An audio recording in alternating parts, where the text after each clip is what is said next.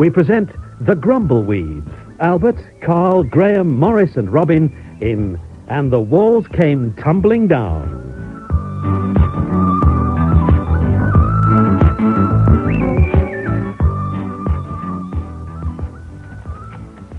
Come in, Melanie. Was that the postman I heard? Yeah, there's some letters and a couple of postcards. Let's see. Oh, dear. More brown envelopes. Final demand. Second application. Final demand. Wilfred, you'd better file these. Okay, right.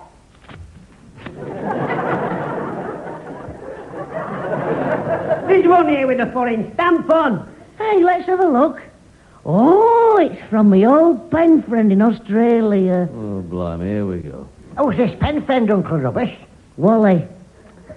50 years we've been writing to each other, packing every letter with interesting news about our respective ways of life, sharing with each other the joys and sorrow that life brings, building up a close, binding, deeply satisfying and lasting relationship. Let's see what he has to say this time. I do look forward to hearing his news, you know. Dear Uncle Rubbish, thank you for your letter which you sent, thanking me for my letter, which, if I remember rightly, I sent to you thanking you for your letter of thanks. For my letter which thanked you for your letter, of gratitude for my thank you letter, which I sent to you thanking you for thanking me for my thank you letter, which I... Crying out loud. How much more of this is there? Oh, let's have a look then.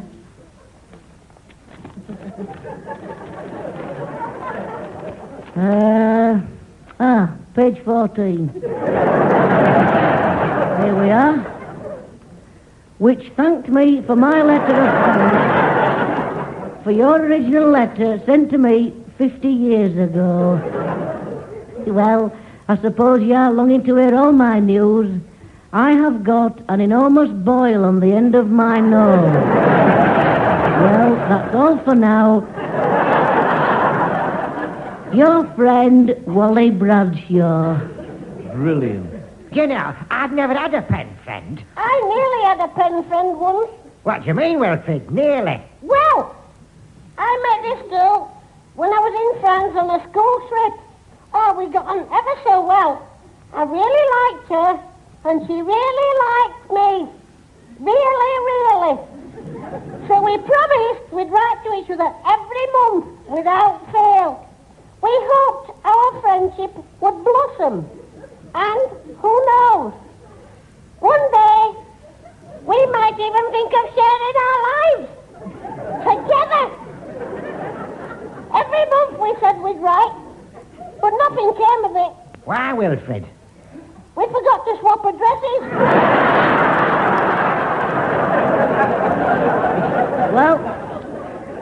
Well, I must reply to Wally this afternoon. Don't forget to thank him for his letter, will you? What postcards from? Oh, no. There's one from Fred Fibber. I haven't met Fred Fibber, have I? He lives next door, you know, but he's away a lot. What a prannock. He gets right up my nose, Fred Fibber does. You like him, you know, Ratface. He's done the most amazing things, as Fred. Oh, yes. Do you know he was once the world's heavyweight, middleweight and featherweight boxing champion all at the same time? What a fantastic man. He's a pathological liar, is Fred Fibber. Yeah, and the following year he won the United States Open Golf Championship without golf clubs. Whatever did he use? A walking stick. He's incredible. Yeah, apparently he beat Jack Nicklaus in straight sets. Well, he sounds a genius. What does his postcard say? Dear everybody, here I am in China doing a little job for the Chinese government. They wanted the Great Wall of China moving 5 yards to the left. So that's kept me busy for the last 2 days. I only have 140 miles left to do, so I should be finished for lunchtime. Then I'll probably walk overnight to India, climb Mount Everest before swimming home. Love, Fred. He's superhuman. He's super stupid. How can he walk from China to India overnight? Well, how's the other postcard from? It's from Fred in India. Look, the postmark's the following day. Arrived India at 9 o'clock this morning. Nipped up to Tibet. And I'd gone up and down Everest by 11:30. Then I found out I left my sandwiches on the summit. So I had to go up again. I'm leaving now. We'll definitely swim home as Concorde takes too long. See you very soon, Fred. P.S. That's probably me at the door now. I'll go. I'm right looking forward to meeting Fred Fibber. Come in, Fred. They're in here. All right, lads. Hello, Fred. Sit down. You must be tired. Just a bit. It's hard work swimming from India. You've never swum from India, you wally. Of course I have. Oh, your arms must be aching. No, I didn't use my arms. What are you talking about? You can't swim without using your arms. I can. I've perfected this method of waggling my ears ever so fast. Anyway, I couldn't use my arms. Why not, Fred? I was carrying my suitcases with them. Hey, who's this old fella? Oh, sorry, Fred. We haven't introduced you. This is Ratface. I'm right glad to meet you, Mr. Fibber. I've heard a lot about you. If there's one bloke I've heard a lot about, it's you. Well, it's all true, lad. Ratface. Do you know I once had a racehorse called Ratface? Did you really? Aye. It won Derby, Grand National and Spanish Grand Prix all in the same year. That's right, Duckegg. Spanish Grand Prix is a car race. Exactly. And it's not easy teaching an horse to drive a racing car, I I've never heard a bigger load of garbage in my life. Has anybody seen my canary yellow jumpsuit? Yes. Ernest has lost his canary yellow jumpsuit. What is it I've lost this canary yellow? Your jumpsuit. Me jumpsuit. Yes. I hate to say this, but I think my mother's cut it up for dusters. What? What? Did you hear what she just said, Geoffrey? I did, Ernest. Her mother's cut it up for dusters. Dusters. The canary yellow jumpsuit. Your canary yellow jumpsuit. Her mother's cut it up for dusters. I heard. What is it her mother's cut up my canary yellow jumpsuit for? Dusters. Dusters. Oh, it's tragic. It's disastrous. It's catastrophic. Why? Well, I wanted to cut it up for dusters. Well, I can't hang about here all day. I'll pop in home and see how our Enid's getting on. Oh, aye. How is Thunder Thighs? Listen, pal. Don't you call my Enid Thunder Thighs. She's lost a lot of weight lately. What's she down to now? 24 stone. Well, at least you don't have to buy a windbreak on your holidays. I'm telling you, pal, any more insults about our Enid and I'll sort you out. You and whose army? On my own, pal. I've got 3 black belts in origami, you know. Oh, well, I think we'd better see you later, Fred. Aye, it's been nice meeting you. Next time you come round, you can teach me how to waggle me ears. No problem, old lad. I'll have to go now. We've got Joan Collins coming round for tea. Ta-da! Bye. Ta-ra. He's brilliant, is our Fred. Well, I must say, I'm very impressed with him. Hey, there's a letter here you've missed. Pass it here, Melanie. Hey, it looks very, very official, Uncle Rubbish. Well, what does it say, Ratface? It's from the town hall.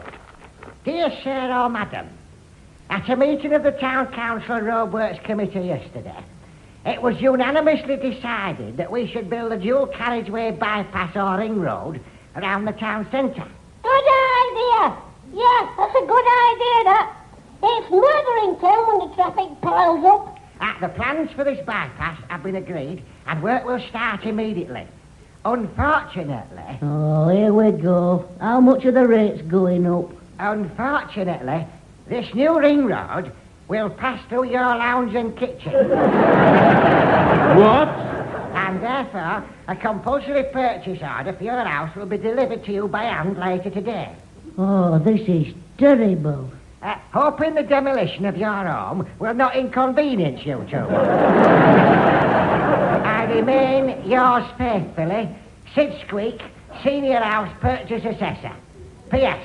The bulldozers will arrive on Monday. Hey, I wonder if they'll let me have a ride on a bulldozer. You'll be under the flaming bulldozer if you don't shut up. Oh, they're going to knock down our lovely little home. They are. The ruthless wheels of bureaucracy have turned. They have. The little man is once again strangled by the red tape of progress. He is. How's my mother going to cope with a main road running through a kitchen? Well, perhaps they'll put a zebra crossing in so she can get to the thing. Ah, yes. Or maybe a set of traffic lights between the cooker and the fridge. We've got to protest. Of course we have. What we've got to do is get somebody to lie down in the path of the bulldozer. What a good idea. It's a brilliant idea. It is brilliant. Get someone to lie down in the path of the bulldozer. Now, I'd be daft enough to do it. Well, you want somebody who won't be missed. Exactly. Yes, it's essential that whoever is chosen to lie down in the path of the bulldozer won't be missed. Yeah, someone who, if the bulldozer did run over, it wouldn't matter. Absolutely. So, the person we're really looking for must be a bit of an idiot. Got it in one. Can I ask a question? Of course you can. When do I start? Look, hang on. There must be a better way. Why don't we have a word with Fred Fibber? Shall I go next door and ask him to come down? Good idea, Melanie. I was very impressed with Fred, you know. I reckon if anybody could advise us about what to do, it'd be either Prime Minister or Fred Fibber.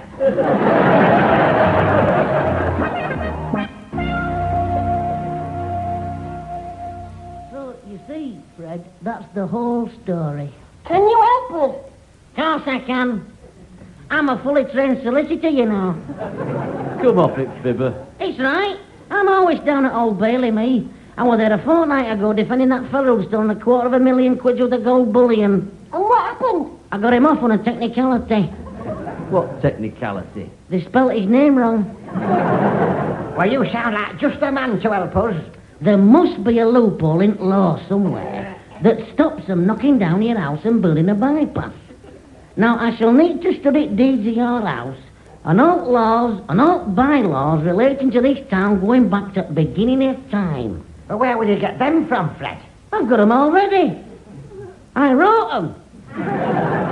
Is there anything we can do in the meantime? Aye, there is. What's that? Answer the doorbell. I'll go out back way. It might be Chancellor Exchequer wanting to borrow some more money off me. See you later, ta-ra. I'll see who's at the door. Ah, good old Fred. He won't let us down. You better not, or you're under that bulldozer. I won't bother putting a clean shirt on then. It's the men from the town hall. Bring him in, Melanie. Come in. Excuse me. My name is Sid Squeak, the Senior House Purchase Assessment Officer. Pleased to meet you. Likewise. And this is my chief assistant, Mr. Stanley Bubble. Bubble. How do, you say? It's very nice of you to call. Right, about this bypass that's going to go right through the middle of this flipping house. Oh, yes. It's extremely sad, but you can't stand in the way of progress. Isn't that right, Stanley? Oh, yes, quite right, Stanley. Yeah, and you can't stand in the way of bulldozers either. I won't be so sure of that. Excavations will start in 7 days. There's a staff of 16 skilled demolishers will smash your house to smithereens by supper time. Supper time. Isn't that right, Stanley? Oh, quite right, Sidney. And where do we go, pal, eh? Where are we going to live? That is the reason for my visit. Visit? To assess adequate compensation, so that you can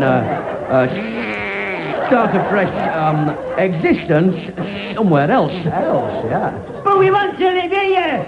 We can't live here, you barn pot. They're pulling it down. I'm not leaving this house. I can't leave this house. Why not, Melanie? I haven't found my teeth yet. Hang on. It might not be as bad as we think. You see, we might get a nicer house with money they're paying us. The voice of sanity. All right, pal. How much are we getting? After studying the various valuations of houses in this district, How much, pal? and making allowances for certain unsatisfactory situations with respect to the state of this house, How much, pal? the compensation I am instructed to settle on you for this establishment, assuming, of course, the high price and spiral continues, How much? £27.66. You must be flipping joking. Is that all you're paying us? 27 rotten quid? I'm sorry, but you seem to have got the wrong end of the stick. You're paying us. Go on. So you can settle by cash, check or postal order, send it inside 7 days, and you get 6% discount. Isn't that right, Stanley? Quite right, Sidney. My office is open from sunrise to sunset. Sunset? Should you want easy terms, see my assistant. Assistant. Come, Stanley. We have a bypass to construct. You're obedient? Stubborn. This is the worst thing that's happened to me since they took Muffy the Mule off television. With me, it was the wooden tops. We're finished. We're done. Listen, I've got every faith in Fred Fibber. He's our only hope. It's me, ma'am. Come in, ma'am. Don't you come in, Mummy. Oh, I can't cope. My chip pan's just burst into flames. My batter mix has spilled all over my salad. And there's water coming in through my kitchen ceiling. Ah, so everything's normal, is it, Peter? Oh, I can't cope. You think you've got problems? The only consolation is the water coming through the ceiling might put my chip pan out. Oh, why won't they take me away? Well, Frida, how do you feel about having a dual carriageway bypass through the middle of your kitchen? It'll be an improvement. Oh, I'm not joking. It's like a circus in there. How the hummer am I supposed to cook food underwater? Well, if it's not too difficult a question, what is for dinner? Stuffed mushrooms. Ah, lovely, lovely, lovely. What have you stuffed them with? Anything I could get my hands on. I've stuffed them with chewing gum, humbugs, tea bags, dried peas. There's nothing I haven't stuffed them with. I've even stuffed them with other mushrooms. Oh, I can't cope. I've never had stuffed mushrooms. If you've any sense, you'll keep it that way. My old granny used to stuff her mushrooms with cenopods. You should have stuffed you with cenopods. Look, this isn't solving anything. If we don't do something, we won't have a house to eat your rotten stuffed mushrooms in. He's right. I wonder if they'll bring one of them big 2-ton swinging balls to demolish the house. The state of this place, it only needs a kid with a conker. Just a minute. I've just been struck by a brilliant idea. Pity you want one of them swinging balls. Why don't we offer Grumbleweed Towers to the National Trust? Oh, yes. Oh, yes. Oh, fantastic idea. Yes. They could use it to build a rockery.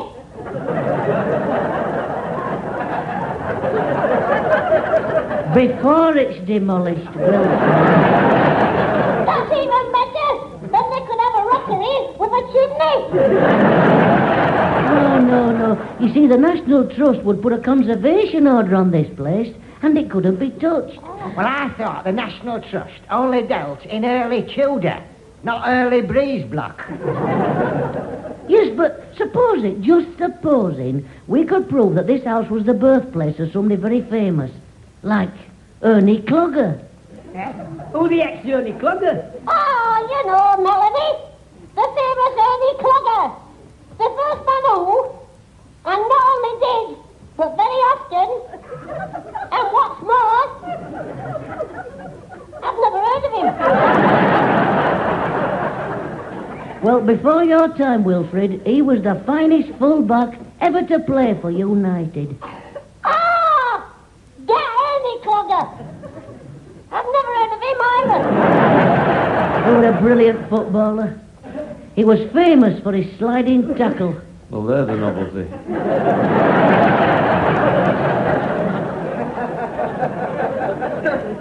Do you know, I once saw him slide from his own goal mouth at Huddersfield and finish up on the halfway line in Barnsley.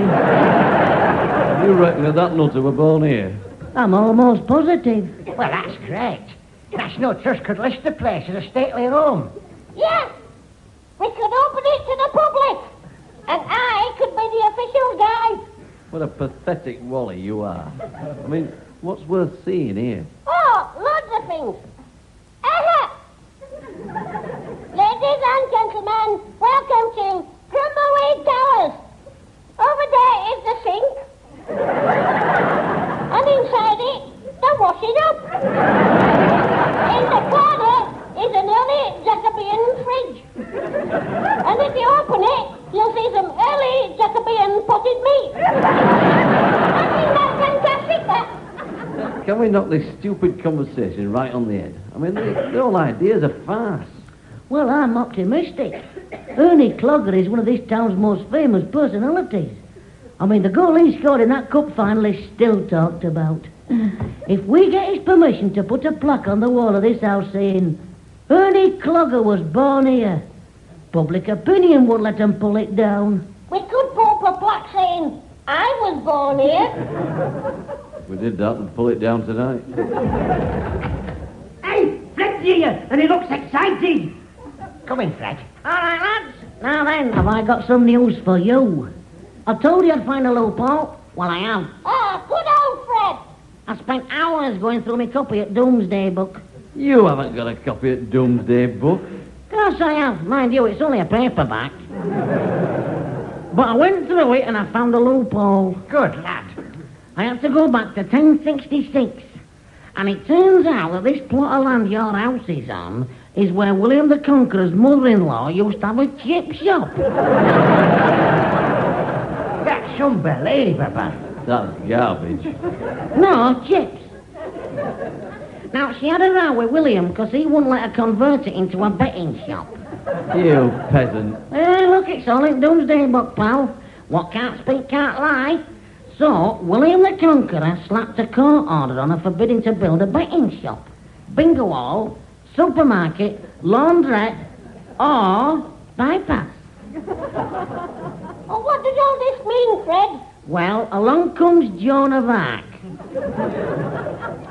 She likes to look at a chip shop, offers William the Conqueror 3 sheep and a bucket of whitewash, and he lets her have it. This is fascinating. Bill's mother-in-law goes raving mad and puts creosote in Joan of Arc's batter mix. Joan of Arc don't notice, poisons half the village, health inspector closes it down, and so Bill puts a preservation order on it. Well, what does that mean? It means that it has to stay as it is. An house.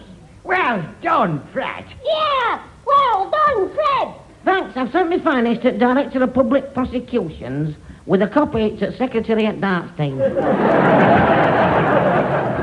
Do you know, I don't know where we'd be without you, Fred. Think now of it.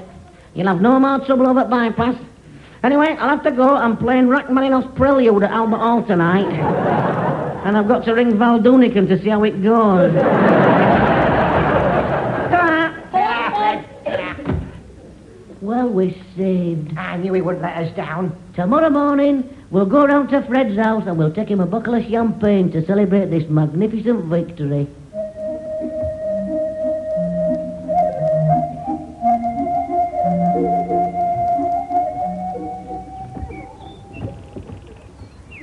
What a beautiful day.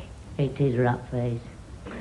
Just think, this time yesterday, today was going to be the worst day of our lives. Yeah, good old Fred Tipper. Have you got the champagne? I have it here, Melanie. Right, knock on his rotten door and let's get it over with. And be nice to him, Uncle Nasty. Try and bury the hatchet. I'd like to bury it in his rotten head. Hello, Fred. Can we come in? Aye, lads, come in. You don't look your normal cheerful self, Fred. No, I'm not. Well, don't worry, old lad. This will put a smile back on your face. Accept this bottle of bubbly with our compliments. Yes, your brilliant legal mind has saved our house from demolition. Where's your champagne glasses? Drink kitchen. Right, I'll get 'em. I wouldn't go in there if I were you. No trouble, Fred. I'll find 'em.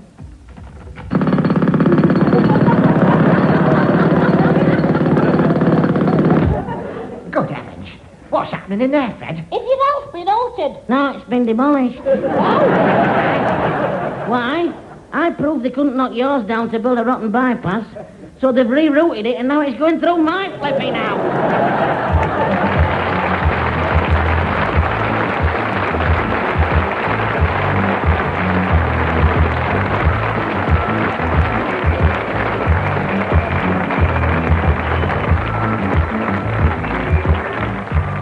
That was And the Walls Came Tumbling Down, starring the Grumbleweeds, Albert, Carl, Graham, Morris and Robin. And the Walls Came Tumbling Down was written and produced in Manchester by Mike Craig.